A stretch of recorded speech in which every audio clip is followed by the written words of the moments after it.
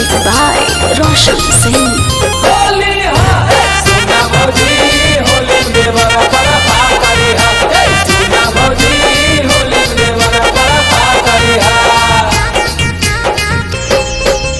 पता न हलई करलो बुरा हाल देवरू भाऊजी होली है ना, बुरा मत मानिए। पता न हलई करलो बुरा हाल देवरू पता न हलई करलो बुरा हाल देवरू लल के पडल लो रंगवा लाल देवरू लल के पडल लो रंगवा लाल देवरू भेलन कंट्रोल चूल्हा मगाले बाबूजी काहेला भेलन कंट्रोल चूल्हा मगाले बाबूजी ओहो।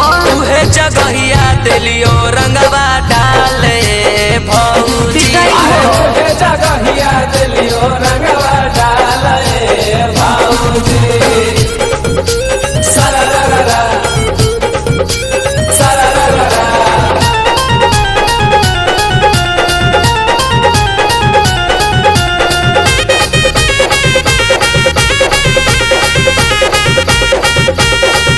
ऐसने करल के हल कुमार में एक दाजी जा रंगवा छोड़ावे में भेल बहुत नतीजा।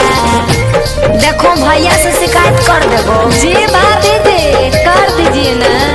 रंगवा छोड़ावे के टेंशन हमारा पर छोड़ द दू दिन खातिर रिश्ता भैया से तोड़ द लागो हकी करबो तो बाबा लए देबरू लागो हकी करबो तो बाबा लए देबरू लल के पडल लो रंगवा लाल देबरू अरे उहे जगहिया दिलियो रंगवा डाले भौजी